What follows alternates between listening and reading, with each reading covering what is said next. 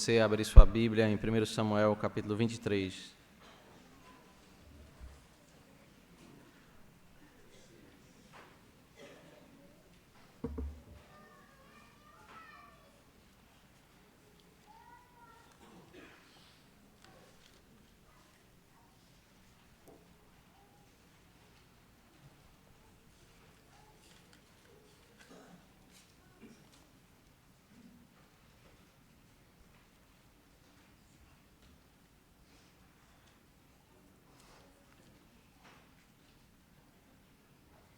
Assim diz a palavra do Senhor. Foi dito a Davi: eis que os filisteus pelejam contra Keila e saqueiam as eiras. Consultou Davi ao Senhor, dizendo: irei eu e ferirei estes filisteus? Respondeu o Senhor a Davi: vai, e ferirá os filisteus, e livrarás Keila. Porém os homens de Davi lhe disseram: temos medo aqui em Judá, quanto mais indo a Keila contra as tropas dos filisteus. Então Davi tornou a consultar o Senhor, e o Senhor lhe respondeu e disse: dispõe-te, desce a Keila, porque te dou os filisteus nas tuas mãos. Partiu Davi com seus homens a Keila e pelejou contra os filisteus e levou todo o gado, e fez grande morticínio entre eles. Assim Davi salvou os moradores de Keila. Sucedeu que, quando Abiatar, filho de Aimeleque, fugiu para Davi, a Keila desceu com uma estola sacerdotal na mão. Foi anunciado a Saul que Davi tinha ido a Keila. Disse Saul: Deus o entregou nas minhas mãos. Está encerrado, pois entrou numa cidade de portas e ferrolhos. Então Saul mandou chamar todo o povo à peleja, para que descessem a Keila e cercassem Davi e os seus homens. Sabedor, porém, que Davi de que Saul maquinava o mal contra ele, disse a Abiatar, sacerdote: traze aqui a estola sacerdotal. Orou Davi: ó Senhor, Deus de Israel, o teu servo ouviu que Saul de fato procura vir a Keila para destruir a cidade por causa de mim. Entregar-me-ão os homens de Keila nas mãos dele? Descerá Saul, como teu servo ouviu? Ah, Senhor, Deus de Israel, faze-o saber ao teu servo. E disse o Senhor: descerá. Perguntou-lhe Davi: entregar-me-ão os homens de Keila a mim e aos meus servos nas mãos de Saul? Respondeu o Senhor: entregarão. Então se dispôs Davi com os seus homens, uns 600, saíram de Keila e foram sem rumo certo. Sendo anunciado a Saul que Davi fugira de Keila, cessou de persegui-lo. Permaneceu Davi no deserto, nos lugares seguros, e ficou na região montanhosa do deserto de Zife. Saul buscava-o todos os dias, porém Deus não o entregou nas suas mãos. Vamos orar mais uma vez ao Senhor. Senhor nosso Deus, nós nesse momento vamos meditar na Tua palavra e mais uma vez te suplicamos que o Senhor nos ajude, que o nosso coração, nossa mente estejam voltados, ó Deus, para conhecer mais de Ti. Nos ajude, ó Deus, a percebermos a Tua glória, a Tua riqueza, a que a nossa alma, ó Deus, encontre consolo, encorajamento e seja de fato alimentada, ó Deus, pela Tua verdade, por Tua graça e por Tua misericórdia. Isso nós te oramos em nome de Cristo. Amém. Capítulo 22, meus irmãos, desde o capítulo 21 nós temos uma série de textos que retratam essa fuga de Davi, porque Davi já, de fato, uma série de eventos, Saul estava tentando matar a Davi, mas no capítulo 21 ele já está em fuga. E acontece algo no capítulo 21, que é aquele texto que é mencionado lá em Mateus capítulo 12, em que Davi, ele, fugindo de Saul, ele vai até o sacerdote e pede o pão ali para se alimentar e pede armas. E aí o sacerdote pega o pão da proposição, que era lícito apenas ao sacerdote e extraordinariamente, como num contexto de exceção, é isso que o Senhor Jesus explica em Mateus 12, dar a Davi para que ele se alimente, e ele sai dali também com a espada que ele matou a Golias.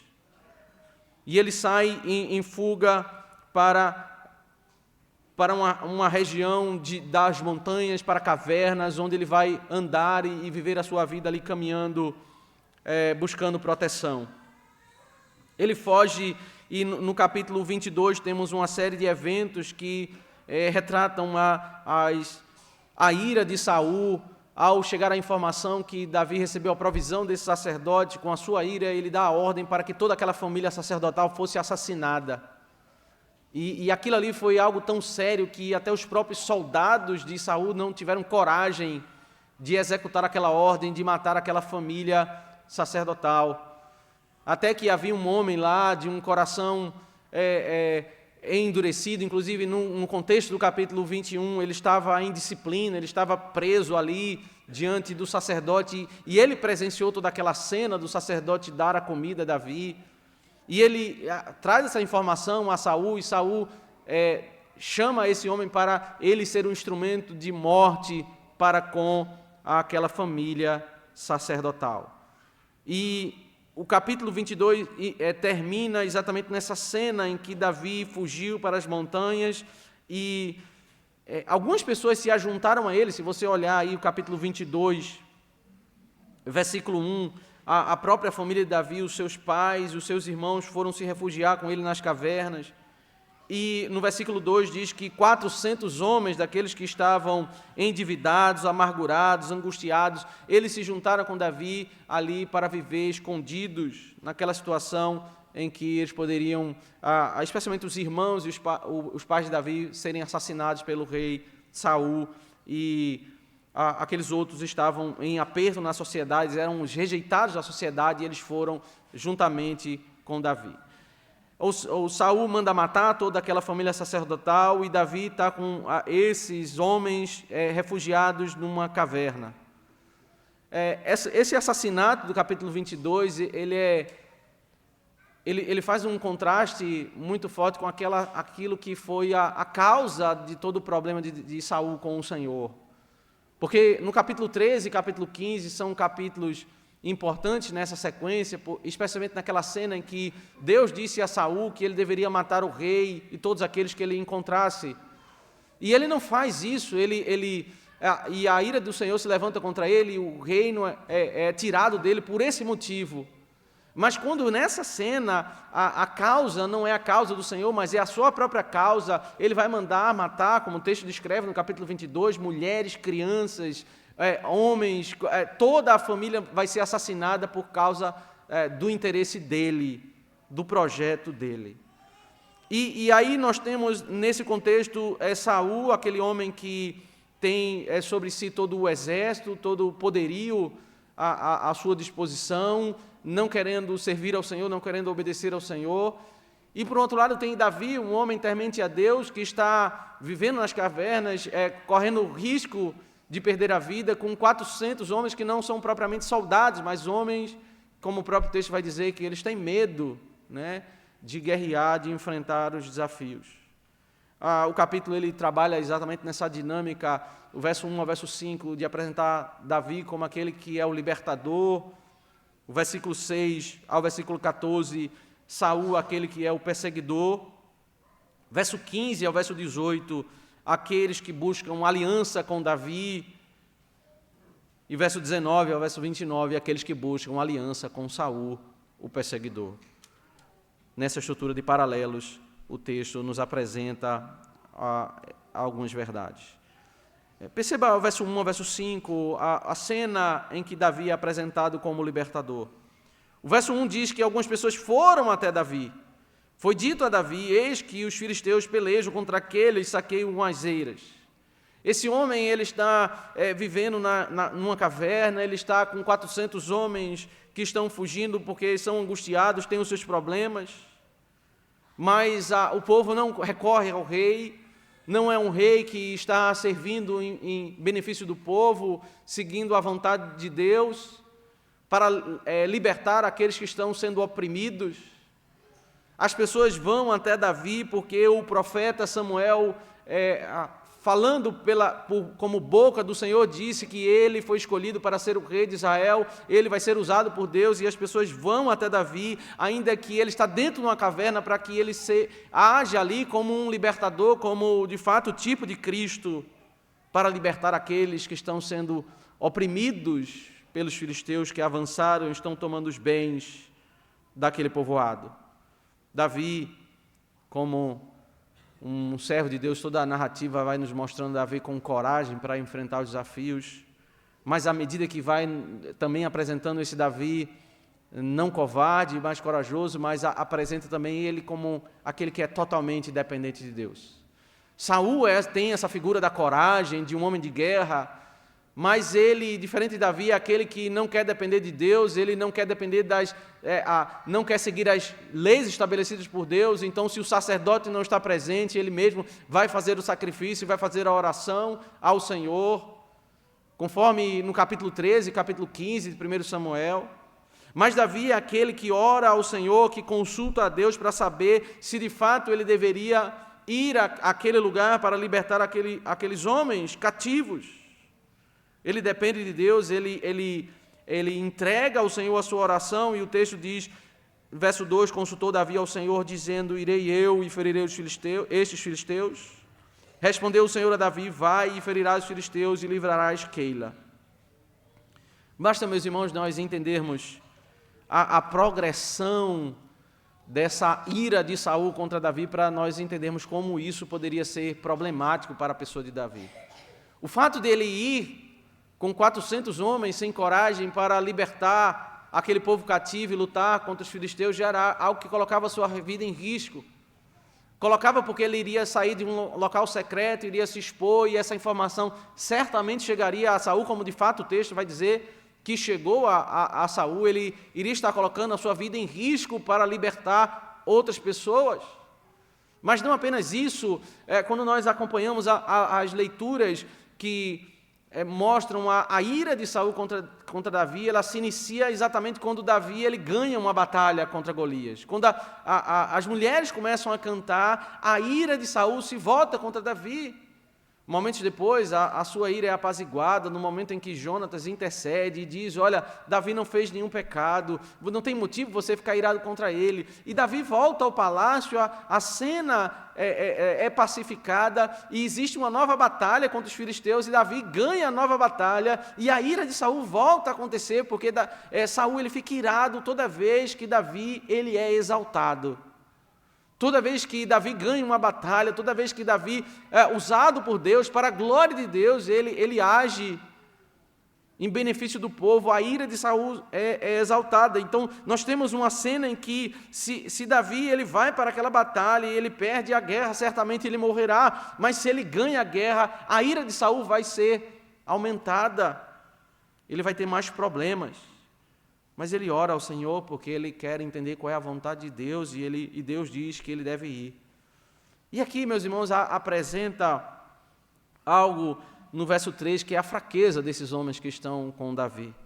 Perceba o versículo 3, diz, porém os homens de Davi lhe disseram, temos medo aqui em Judá, quanto mais indo a Keila contra as tropas dos filisteus.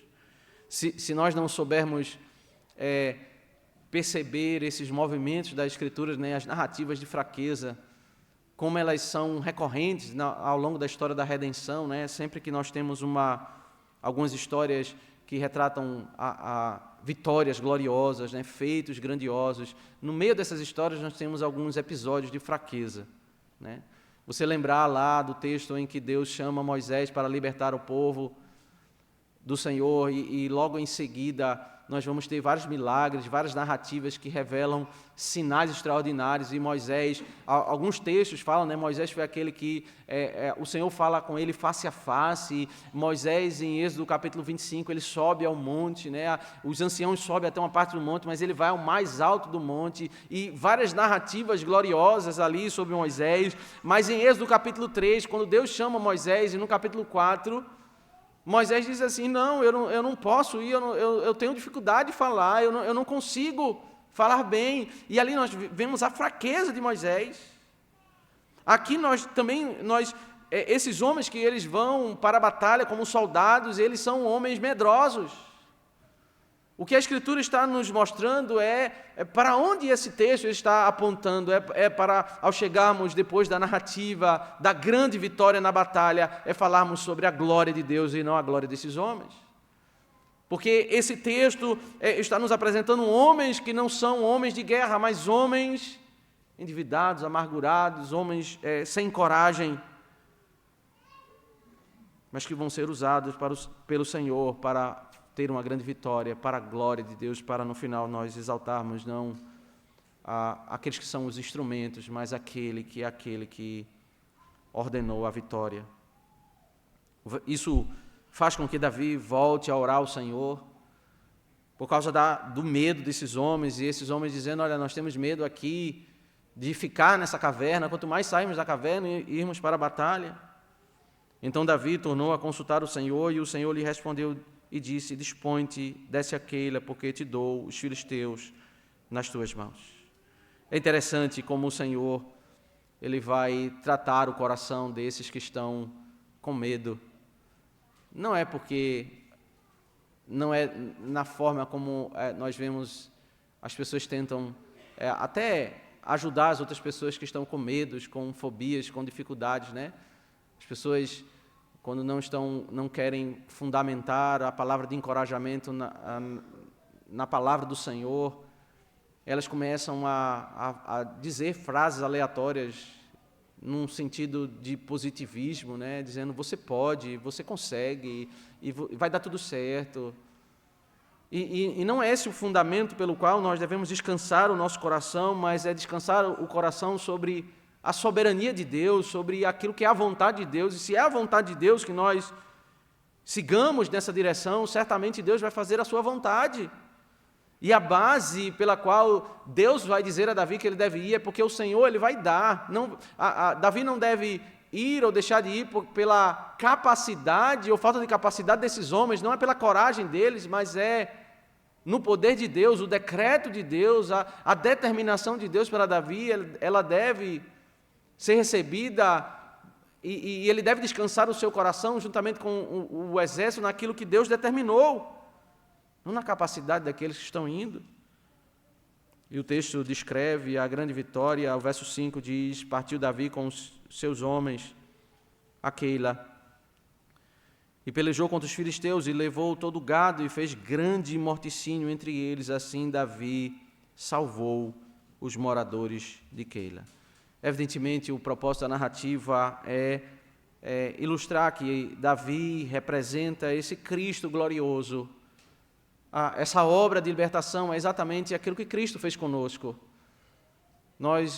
Como é que o Novo Testamento descreve como é a vida do homem sem Deus? É um homem cativo, é um homem aprisionado. E os judeus não entendiam isso, e por isso o Senhor diz, conhecereis a verdade vos libertará. E eles dizem, como nós vamos ser libertos? Nós não somos escravos de ninguém. Em Efésios capítulo 2, o apóstolo Paulo diz que nós estávamos mortos em nossos pecados, e Ele nos deu vida. Ele nos deu, pela sua graça, Ele nos libertou. Em Colossenses, o apóstolo Paulo vai dizer, Ele nos libertou do império das trevas e nos transportou para o reino do Filho do seu amor. Há esses eventos de libertação, de redenção, em que cativos são libertos. Toda a história bíblica aponta para essa grande história, essa principal história, que é a história da libertação do Senhor pela sua graça. Esse é o tema das Escrituras. Essa é a grande narrativa para a qual todas essas narrativas menores apontam para a gloriosa libertação de Cristo, que nos tira do pecado pela sua obra, pela sua graça. Davi, como instrumento, como representante de Cristo, e essa narrativa ela vai tratar esse ponto, né? Davi, nas montanhas, ele representa o Cristo humilhado, o Cristo no seu estado de humilhação. Nós vamos ver como o Salmo 22, de fato, aponta para esse conceito. Nós vamos olhar mais detalhadamente depois para o Salmo 22. Davi, representando esse Cristo que liberta, ele vai a Keila para tirar esses cativos e trazer vida para aqueles que estão aprisionados. Davi que representa Cristo. E agora, do versículo 6 ao versículo 14, o texto faz a transição para aquele que é o perseguidor. Uma breve referência a Abiatar, porque mais adiante ele vai ser mencionado. Mas perceba que a narrativa vai nos trazer todo esse movimento de Saul como aquele que é totalmente distinto de Davi.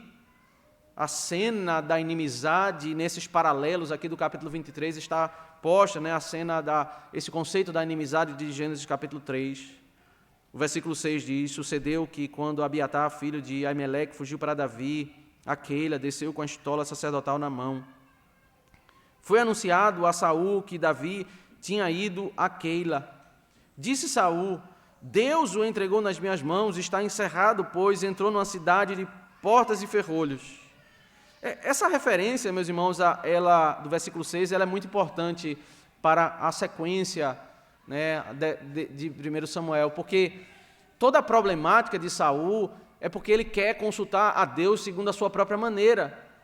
E quando o texto for descrever que Davi consultou o Senhor, ele está já anunciando que naquele contexto, naquele local, está o sacerdote com a estola sacerdotal, com tudo aquilo estabelecido por Deus, para ele consultar a Deus segundo aquilo que Deus estabeleceu na sua santa lei. Ele não vai fazer como a Saul, de consultar a Deus ou seguir a Deus segundo a sua própria maneira, mas ele vai seguir conforme tudo aquilo que Deus estabeleceu. E logo em seguida, diz, no versículo 1, diz que algumas pessoas foram a Davi chamar ele para libertar as pessoas de Keila. E, por outro lado, existem aqueles que querem ter aliança com Saul. Foram a Saul dizendo, aí o texto diz, foi anunciado a Saul. Eles vão até Saul porque eles querem ter os benefícios do rei, eles querem agradar o rei, eles não olham para Davi como aquele que tem algo glorioso. Eles veem um homem humilhado, um homem escondido, um fugitivo. Mas eles veem a glória de Saul, eles vão até Saul, e Saul vai receber uma informação para que ele possa fazer aquilo que está no seu coração, que é tirar a vida de Davi. Agora perceba como o homem sem Deus, o homem sem Deus é aquele que busca agradar a esse rei ímpio para ter os seus benefícios terrenos. E como o homem sem Deus, sem a perspectiva da verdade de Deus, ele faz a leitura da vida. Saul é um rei que recebeu informação dizendo que Davi estava na cidade de Keila. E ele diz, Deus o entregou nas minhas mãos. Meus irmãos, o Senhor nos deu a sua santa palavra para que nós entendamos qual é a sua vontade. Nós não entendemos, a vontade de Deus à luz dos nossos próprios conceitos, à luz daquilo que eu acho melhor, do que você acha melhor, do que talvez nós aqui vamos, cada um expor sua opinião, a gente chegar num consenso e entender o que é melhor. Para nós entendermos a vontade de Deus, nós temos que ouvir a sua palavra. E por isso a palavra de Deus, a verdade de Deus, ela vem a nós por revelação. E o que é revelação? É Deus abrir o véu e trazer para nós a sua verdade, para que nós possamos receber a sua verdade e seguir a sua vontade. O homem ímpio, o homem sem Deus, ele costuma ler a vida e entender aquilo que é a vontade correta ou aquilo que não é correto, ou até mesmo julgar aquilo que está de acordo com a vontade de Deus à luz do seu próprio coração. Perceba que Saul, como ele cresceu nesse ambiente religioso, ele chegou a participar desses eventos de culto, inclusive de modo incorreto, como lá em 1 Samuel 15, a sua própria maneira, mas ele cresce nesse ambiente religioso, e aí ele diz, Deus o entregou nas minhas mãos. É como se ele estivesse dizendo, essa é a vontade de Deus. Eu estou vendo a circunstância, Davi está agora numa situação propícia para tirar a sua vida, e a vontade de Deus agora está clara. A vontade de Deus é que eu vá lá, e ele me deu até uma cena favorável para que eu tire a vida de Davi. Nós podemos cair nesse erro. Começar a entender qual é a vontade de Deus a partir das circunstâncias que nos rodeiam. O homem ímpio, quando tudo está dando certo na sua vida, ele diz, Deus está feliz comigo, Deus está me abençoando. quando ele tem algum problema, ele começa a achar que Deus está rejeitando ele, né? Ele vive debaixo ele tenta julgar Deus pelas circunstâncias. Ele vive se apegando a coisas que possam trazer sorte para ele, ele vive tendo medo de coisas que possam trazer azar, né? Ele fica com medo de contar algumas coisas para as pessoas, para que as pessoas não tenham olho gordo, olhar para ele, né? E esse é o tipo de vida do homem ímpio, porque ele julga a Deus, ele julga a história, ele julga a vida à luz daquilo que está no seu coração, à luz das circunstâncias. Ele está julgando a vontade de Deus por essa informação, por essa cena favorável. E a vontade de Deus está na sua palavra. Tudo pode estar acontecendo favoravelmente para a vida do ímpio, mas se ele está pecando contra a lei do Senhor, Deus não está feliz com a sua vida. Tudo pode estar com problemas em nossa vida, mas se nós estivermos temendo ao Senhor, nós estamos bem onde nós devemos estar. Nós cantamos o Salmo 1, e o que o Salmo 1 fala é exatamente esses dois caminhos da vida. E também fala sobre aonde termina esses dois caminhos. A proposta do ímpio ela pode parecer um caminho com vigor, um caminho lucrativo, mas a Bíblia diz que é como a palha. Ele vai terminar exatamente assim. Ele e esse é o destino dele, uma palha que o vento dispersa. E a vida daquele que teme a Deus, aquele que serve a Deus, é alguém junto à fonte das águas, alguém com vigor que dá fruto, porque ele teme a Deus, ele alimenta o seu coração com a lei do Senhor, ele medita na lei do Senhor dia e noite. O seu coração julga os caminhos que ele quer tomar, as suas decisões, ele julga a vida à luz daquilo que está na sua palavra, não é à luz do que as pessoas falam, das convenções da história, não é à luz das ideias do seu próprio coração ou das convenções de várias pessoas, mas ele julga à luz daquilo que está na sua palavra, porque ele entende o que é a revelação. Deus dar a sua verdade por revelação, meus irmãos, porque nós jamais poderíamos, pelo melhor da nossa reflexão, chegar à conclusão do que é a vontade de Deus. Nós não poderíamos, pelo nosso melhor, estabelecer ideias para dar um culto conforme seja agradável a Deus, conforme as nossas ideias, construir famílias, educar nossos filhos, marido lidar com esposos, esposos lidar com maridos, pais lidar com os filhos, filhos com os pais. Nós não podemos fazer isso à nossa própria maneira, julgar o que é bom, o que é mal, à luz do nosso próprio coração, porque se assim o fizermos, nós estamos fazendo igual Saul. Nós podemos até repetir, dizer esse caminho, aquele caminho é um caminho abençoado, essa é a vontade de Deus. Mas isso de nada vale se isso não está na sua verdade, se isso não é de fato a vontade de Deus, isso serão palavras jogadas ao vento, sem nenhum fundamento. Um homem ímpio, um homem que desobedece a Deus e agora ele quer julgar a vontade de Deus à luz das circunstâncias, própria daquele que desconhece quem é o Senhor, o que é a sua palavra. Ele está dizendo que Deus está aprovando o seu caminho pecaminoso. Deus está aprovando o seu caminho pecaminoso. O argumento dele é, pois ele entrou numa cidade de portas e ferrolhos. Então, se a minha vida, as circunstâncias da minha vida estão favorecendo aquilo que eu quero, então essa é a vontade de Deus. É assim que ele lê a vida. Um homem que não lê a vida à luz da verdade de Deus, mas à luz das circunstâncias. Então Saul mandou chamar todo o povo à peleja para que descessem a Keila e cercasse Davi e os seus homens. Sabedor, porém, Davi, que Saul maquinava o mal contra ele, disse a Abiatar o sacerdote: traze aqui a estola sacerdotal. Perceba o propósito da narrativa de falar da estola sacerdotal. Davi ele vai consultar o Senhor, mas ele não vai fazer os caminhos que Saul tomou de consultar a sua própria maneira, mas ele vai fazer segundo todos os termos estabelecidos no texto de Êxodo e no texto de Levítico, tudo aquilo que foi estabelecido pelo Senhor na sua palavra. Orou Davi: ó Senhor, Deus de Israel, teu servo ouviu que Saul de fato procura vir a Keila para destruir a cidade por causa de mim. Entregar-me-ão os homens de Keila nas mãos dele? Descerá Saul como o teu servo ouviu? Ah, Senhor, Deus de Israel, faze-o saber ao teu servo, e disse o Senhor, descerá. Perceba que Davi ele fez duas perguntas ao Senhor. Se os homens entregariam Davi a Saul e os seus homens, e se Saul de fato desceria, e o Senhor disse, descerá. E, novamente Davi vai perguntar ao Senhor, perguntou-lhe Davi, entregar-me-ão os homens de Keila a mim e aos meus servos nas mãos de Saul? Respondeu o Senhor, entregarão.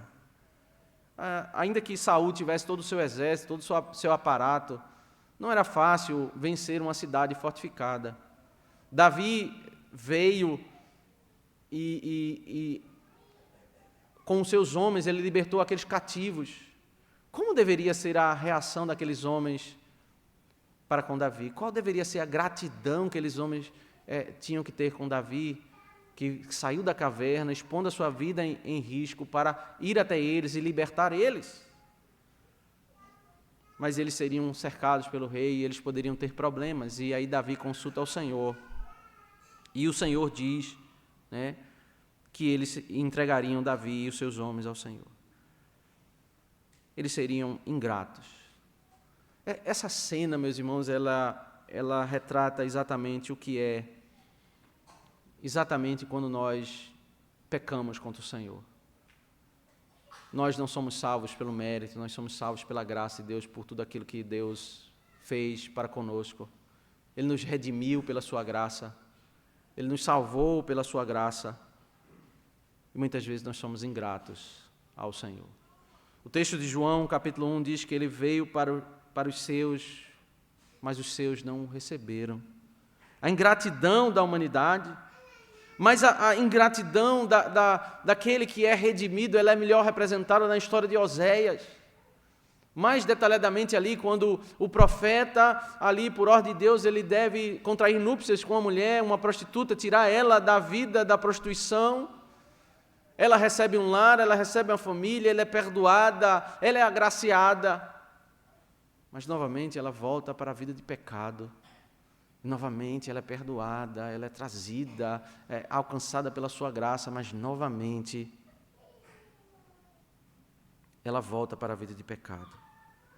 Toda vez que nós abandonamos o caminho do Senhor, nós estamos fazendo exatamente isso. Como nós precisamos, meus irmãos, meditar sobre gratidão, conduzir o nosso coração a pensar sobre os feitos de Deus, sobre aquilo que o Senhor fez por nós, aquilo que o Senhor tem feito por nossas vidas. Nós muitas vezes somos tomados da correria da vida, né? Temos sonhos, projetos. Precisamos reexaminar as nossas orações, reexaminar o nosso coração para entendermos o quanto nós temos trazido à mente a gratidão aos nossos corações. Quando as nossas orações só têm espaço para pedirmos sobre os nossos sonhos, sobre aquilo que queremos, sobre outras coisas, quando nós não paramos para agradecer. Um bom exercício para tratar o nosso coração é nós começarmos a fazer como o profeta Jeremias em Lamentações capítulo 3, né? Trazer à memória aquilo que pode nos dar esperança. Se você começa a repetir e mencionar, como no início do capítulo 3 de Jeremias, só de Lamentações, né? Que o profeta Jeremias fez, só os problemas, as dificuldades, as lutas, as dores, o seu coração ele começa a se abater diante do Senhor. Mesmo nos piores dias, nos dias mais difíceis, começa a pensar sobre o quanto Deus já foi bom, tem sido bom para conosco, tem nos dado coisas, tem dado misericórdia e graça, tem cuidado de nós, tem guardado a nossa vida, tem guiado a nossa existência. E à medida que nós vamos orando isso, repetindo essas verdades, o nosso coração começa a se apropriar dessas verdades e cultivar a gratidão no nosso coração para que nós possamos não sermos ingratos com o nosso Redentor, mas reconhecermos o quanto nós precisamos, né, ter gratidão para com o Senhor. Sequência do texto, verso 13 e verso 14 diz: Então se dispôs Davi com seus homens, uns 600, saíram de Keila e se foram sem rumo certo. Sendo anunciado a Saul que Davi fugira de Queila, cessou de persegui-lo. Permaneceu Davi no deserto, nos lugares seguros, e ficou na região montanhosa do deserto de Zife. Saul buscava-o todos os dias, porém Deus não o entregou nas suas mãos. Esses versos trazem dois conceitos interessantes. O primeiro é que Davi vai viver nessa região montanhosa, nos desertos, nas cavernas. Ele vai viver nessa humilhação. E o Salmo 22 é um salmo em que Davi ele conta esse período, o seu estado como rejeitado dos homens. O Salmo 22 é um salmo que, como os estudiosos dizem, ele é um salmo que Davi ele está falando da sua própria vida. Mas é interessante porque o Novo Testamento ele vai pegar várias falas do Salmo 22 e dizer que eles profeticamente apontam para Cristo. Então, o Salmo 22, ainda que ele está, em primeiro lugar, contextualmente, falando do sofrimento e da rejeição de Davi no seu contexto, ele está apontando para esse estado de humilhação de Cristo, sendo rejeitado pelos homens, sendo esse homem de dores que sabe o que é padecer. O Salmo 22 diz: Deus meu, por que me desamparaste? Porque se acham longe de minha salvação as palavras do meu bramido. O texto que é mencionado no Novo Testamento, né? O verso 7 diz: todos que me veem zombam de mim, afrouxam os lábios e meneiam a cabeça. A zombaria que as pessoas estão fazendo contra Davi, e que ele vai encontrar isso em 1 Samuel 25, essa rejeição e essa zombaria. E ele vem falando sobre as suas dores, sobre a sua rejeição, ele vem dizendo que ele é como um verme rejeitado dos homens. Mas Davi, ele tem uma esperança que é exatamente mostrada a partir do verso 22, quando tem uma transição no Salmo, né? O Salmo se divide em duas partes, do 1 ao 21 e do 22 ao final, quando a sua esperança, ele diz no verso 22, a meus irmãos declararei o teu nome, cantar-te-ei louvores no meio da congregação. Vós que temeis o Senhor, louvai e glorificai-o, vós todos, descendência de Jacó, reverenciai-o, vós todos, posteridade de Israel. O verso 25 diz, de ti vem o meu louvor, na grande congregação cumprirei os meus votos, na presença dos que os temem. Calvino, comentando esse texto, ele diz que o que Davi está falando é que ele está fazendo um voto ao Senhor para que, quando ele saísse das montanhas, do deserto, das cavernas, e ele adentrasse ao meio do povo de Deus e pudesse participar do culto, ele iria oferecer o sacrifício pacífico. Lá no livro de Levítico, havia um sacrifício que era aquele que você levava a carne e parte do animal que seria morto, né? Uma parte era sacrificada no altar de holocausto, queimada no altar de holocausto, uma parte era para a família do sacerdote e uma parte era para você com a sua família comer. E ele estava fazendo um voto que ele iria chamar outras pessoas, aqueles que não tinham condições de se alimentar, para, junto com ele, um grande banquete fornecido para ou pessoas de fora, famílias da terra. O Salmo ele vai terminar nessa direção, falando sobre famílias da terra, e Calvino fala exatamente isso, como esse movimento de Davi representando Cristo humilhado ao trazer vida, e isso seria um banquete para todas as pessoas, para todos os povos, apontando exatamente a redenção em Cristo.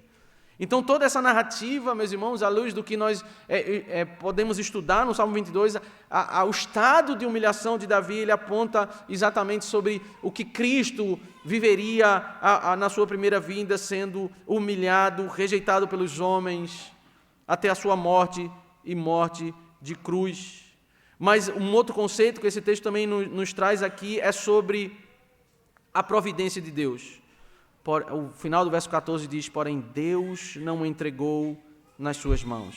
Acima de toda a força, de toda a estratégia de Saul, havia a soberania de Deus em guiar a história e fazer com que a vida de Davi fosse preservada, porque Deus tinha propósitos nele.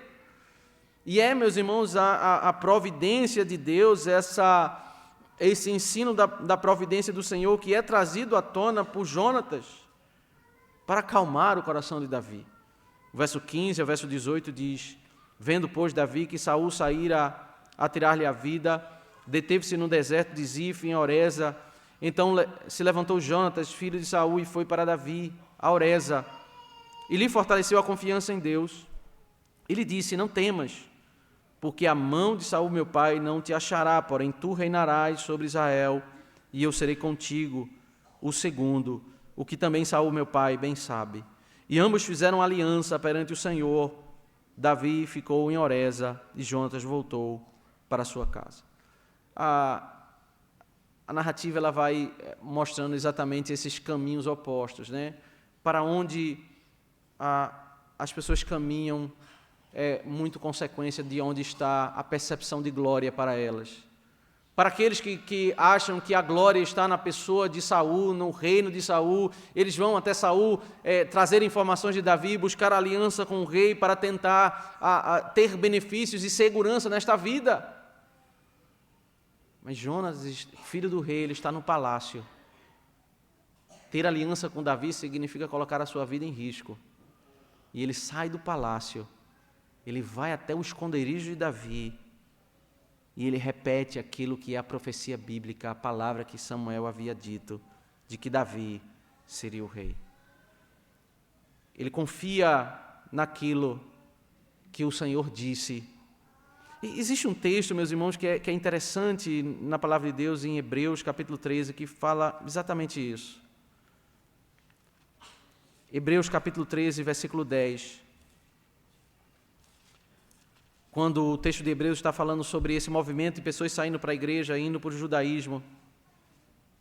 Em Hebreus, capítulo 13, versículo 10, a palavra de Deus, do verso 10 ao verso 13, diz: possuímos um altar do qual não tem direito de comer os que ministram no tabernáculo, pois aqueles animais cujo sangue é trazido para dentro do Santo dos Santos pelo sumo sacerdote como oblação pelo pecado, têm o corpo queimado fora do acampamento. Por isso foi que também Jesus, para santificar o povo pelo seu próprio sangue, sofreu fora da porta. Saiamos, pois, a ele fora do arraial, levando o seu vitupério. Toda a exortação de Hebreus, meus irmãos, é contra aqueles irmãos que estão saindo da adoração simples da igreja no primeiro século e estão voltando para a adoração no templo, naquele local glorioso, cheio de ouro, da estrutura sacerdotal. E todo o argumento de Hebreus é dizendo como todos aqueles símbolos apontam para a glória de Cristo. Mas havia algo interessante na estrutura do sacrifício do Antigo Testamento. Porque quando o animal era cortado, e lá em Levítico ele diz os pormenores, como eram os cortes dos animais, dizia qual a carne que deveria ser colocada no altar de holocausto. E existiam algumas partes do animal que elas não eram próprias para ser colocadas no altar de holocausto, elas deveriam ser rejeitadas, né? A parte que cobre o intestino, o excremento, eles deveriam ser tirados e eles deveriam ser jogados fora do arraial e ali ser queimados. Eles não eram ali queimados no altar de holocausto, eles não faziam parte daquele movimento que os sacerdotes faziam. Eles eram as coisas rejeitadas. Toda a estrutura do Antigo Testamento, o leproso, o disciplinado, todas aquelas pessoas, quando elas não estavam sendo agraciadas, elas eram reputadas e ficavam fora do arraial. E o que o autor aos Hebreus está dizendo que é Cristo, ele foi crucificado fora do acampamento, porque ele era aquele que era rejeitado pela estrutura judaica. E aí ele faz uma convocação. As pessoas que amam a estrutura judaica, elas estão indo para dentro do tabernáculo. E nós que percebemos a glória de Cristo, o Cristo rejeitado, nós vamos fora do acampamento, levando o seu vitupério. Nós vamos àquele que está desonrado pelos homens, aquele que é considerado como desprezível pelos homens. Nós vamos para aquilo que os homens olham e que não tem glória, mas para nós tem glória. Perceba, os homens, ao não conhecerem a verdade de Cristo, eles admiram algo e caminham nessa direção. E ao percebermos a glória de Cristo, nós vamos naquela direção, na direção da sua verdade. Jonatas, ele fez exatamente esse movimento. Ele foi aquele que representa o Cristo desprezado, o Davi humilhado. E ele foi lá e ele viu toda a glória, porque ele olhou com os olhos da fé, com a palavra de Deus. Ele disse assim: olha, a profecia diz que você vai ser o rei. E eu vim aqui para fazer aliança contigo. E não apenas isso, Davi, como um servo de Deus, como um homem sujeito às dores, às lutas, ele estava abatido, e o texto diz que Jonatas foi lá, ele foi fortalecer a sua fé. Ele vai trazer uma palavra de encorajamento, ele diz: não temas, porque a mão de Saul, meu pai, não te achará, porém tu reinarás sobre Israel. Ele vai aconselhar aquele coração. É um tema tão falado nos dias de hoje, né? O aconselhamento. E às vezes, meus irmãos, nós queremos sempre o melhor dos nossos irmãos. Nós vivemos no meio da igreja e choramos quando os nossos irmãos choram, nós nos alegramos quando eles se alegram. Esse é a vida na comunhão, o mandamento do Senhor, né? Nós vivemos desse modo. Mas nós precisamos saber como nós devemos aconselhar uns aos outros, né? Que é a orientação do Senhor. E o melhor que nós podemos dar aos nossos irmãos, uns aos outros, é a santa palavra de Deus. Quando Jonatas está dizendo que Davi não vai morrer, ele não está jogando uma palavra ao vento, trazendo promessas sem fundamento algum, ele está repetindo aquilo que Deus disse por intermédio do profeta Samuel. Às vezes nós queremos acalmar um coração aflito que acabou de perder um ente querido, que está com um parente enfermo, e nós devemos orar, devemos desejar todo o bem, mas cuidado com as promessas que você faz, querendo acalmar aquele coração aflito. Às vezes nós queremos repetir igual as pessoas do mundo fazem, nós começamos a repetir: olha, certamente essa pessoa vai ser curada, certamente esse problema vai ser tirado. Enquanto nós deveríamos levar a palavra de Deus, levar esse coração a confiar em Deus, na sua soberania, e estar disposto a receber a vontade de Deus, seja para qual direção for. Mas nós não devemos levar esperança ou consolo na vida das pessoas, levando a palavra de que tudo vai dar certo, tudo vai naquela direção que nós queremos.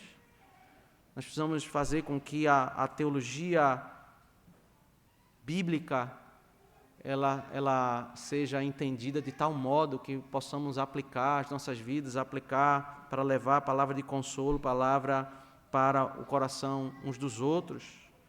Quando nós entendemos, meus irmãos, o que é a soberania de Deus, o que é o cuidado de Deus em todas as coisas, nós podemos aplicar esse conceito para encorajar uns aos outros, para trazer uma palavra a um irmão que acabou de ser demitido, alguém que não está se sentindo capaz de realizar suas tarefas, seja na escola, seja no trabalho, e ele está aflito, talvez ansioso, pensando que na próxima semana ele pode ser demitido. E você não vai fazer nada de bom se você chegar para essa pessoa e começar a afirmar: olha, fica tranquilo, porque você não vai ser demitido, que pode ser que ele seja demitido. E nós não podemos fazer isso, nós não temos controle sobre os decretos do Senhor. Mas o que você pode fazer, ao entender a soberania de Deus e a sua providência, é dizer: olha, se for da vontade de Deus, você vai ficar nesse emprego, e Deus vai te capacitar. Mas se não for, não é o teu lugar ali, não é a vontade de Deus, você vai ser demitido, mas descansa em Deus, porque Deus Ele cuida da tua vida. Ele vai te colocar onde for a sua vontade, Ele vai te direcionar. Você levar Ele para descansar na soberania de Deus, independente da circunstância que está diante dele, seja do dia bom, dia mau, para que a sua esperança não esteja no emprego, mas esteja no Senhor que nos guia. E nós não sabemos, meus irmãos, os dias que virão, o que é que nós temos que enfrentar, e nós precisamos descansar no Senhor, mesmo sem termos controles sobre os nossos dias. Você hoje como jovem, tem um sonho de casar. E você começa, ao invés de descansar no Senhor, você começa a colocar isso como um foco tão grande na sua vida que você começa a pensar sobre isso e começa a imaginar que você só vai encontrar alegria quando você casar. Você vive em função disso e pela graça de Deus, pela bondade de Deus, você casa. Aí você fica feliz, mas aí daí a pouco você diz assim: não, mas eu quero ter um filho. E você começa a sonhar com teu filho, você começa a ter dificuldade para a sua esposa engravidar, e você começa a viver com aquilo ali, você fica consumido e vive ansioso, e pela graça de Deus e bondade de Deus você tem um filho. E aí você se alegra diante de Deus, mas depois você diz, mas como vai ser o futuro do meu filho? Como vai ser a profissão do meu filho? E você começa a se angustiar sobre isso. E aí você fica trabalhando, tentando proteger, tentando fazer tudo para que tudo ocorra bem. E aí o seu filho cresce e ele começa a arrumar um emprego e você diz assim, mas eu estou preocupado agora porque eu quero saber com quem ele vai casar. Sonhos e desafios, meus irmãos, eles nunca vão terminar. Se nós não aprendemos a descansar na soberania de Deus hoje, em que Deus é providente, hoje, nos problemas que eu tenho, nos sonhos que ainda não foram realizados, se eu não aprender a descansar hoje, eu não vou estar descansando no Senhor, na sua verdade, eu vou estar vivendo uma vida angustiante, uma vida ansiosa. Esse texto, meus irmãos, ele nos ensina que Davi, na sua humilhação, na sua rejeição, ele representa o Cristo humilhado. Mas é esse Cristo humilhado, assim como Davi humilhado, que foi quem redimiu do cativeiro os habitantes de Keila. É Cristo quem nos redime. Esse é o Cristo glorioso. Como é que os homens olham para esse Cristo glorioso? Como um ser desprezível. Mas o povo da fé, como Jonatas, olha para ele e vai a ele. Vai a ele e diz, é ele quem nos redime, é ele quem nos alimenta. Não nos enganemos, meus irmãos. Esse paralelo do capítulo 23, ele retrata a inimizade do capítulo 3 de Gênesis, que em 1 João, o apóstolo João vai dizer, existem os filhos de Deus e os filhos do mundo, e os filhos do diabo. Os filhos de Deus e os filhos do diabo. Esse que buscam os favores de Saul, que olham pela perspectiva da terra, da carne, existem aqueles que somos nós, que olham, segundo a palavra de Deus, a perspectiva da fé. Seguindo essa vida, nós prossigamos para a glória do nosso próprio Deus. Vamos orar ao Senhor. Senhor nosso Deus, nós te damos graças pela Tua palavra. O que nós te pedimos, ó Deus, é que pela Tua bondade, o Senhor reforce, ó Deus, renove a nossa fé, revigore, ó Deus, os nossos passos, e nos faça, ó Deus, andar na Tua verdade, confiando, ó Deus, na Tua glória, na Tua providência, que o nosso coração aprenda, ó Deus, a descansar em um Deus que é soberano e que guia a nossa história. Isso nós te suplicamos, ó Deus, em nome de Cristo. Amém. Nos coloquemos de pé, meus irmãos, em resposta. Vamos cantar o Salmo de número 70.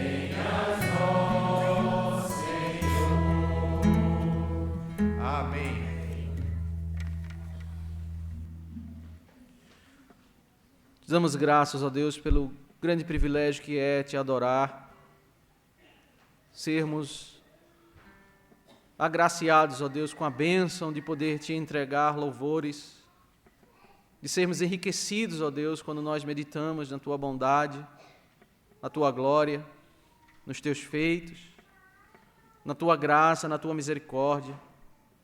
Quando nós trazemos, ó Deus, a verdade aos nossos corações, que nós não caminhamos pelas nossas próprias forças, como nós encontramos consolo, ó Senhor, na Tua verdade. Pedimos, ó Deus, que o Senhor nos guarde ao longo dessa semana que se inicia, que o Senhor nos proteja, que o Senhor seja conosco em cada momento, nos dando sabedoria, nos dando proteção, nos dando livramentos, nos dando sede, ó Deus, pela Tua palavra, sede para Te buscarmos em oração. Que o nosso coração, ó Deus, se volte para essa verdade de apreciar a Tua glória. Não olhe para a vida, para o mundo, como aqueles que não Te conhecem olham, mas olhemos, ó Deus, com os olhos da fé, à luz da Tua palavra, possamos ser fortalecidos no Senhor para a Tua própria glória. Isso que nós Te oramos e Te suplicamos, que o Senhor nos abençoe. E que a graça do Senhor Jesus Cristo, o amor de Deus, eterno Pai, e a comunhão e a consolação do Teu Santo Espírito, seja sobre todo o Teu povo que Te adora aqui, desde agora e para todo sempre. Amém.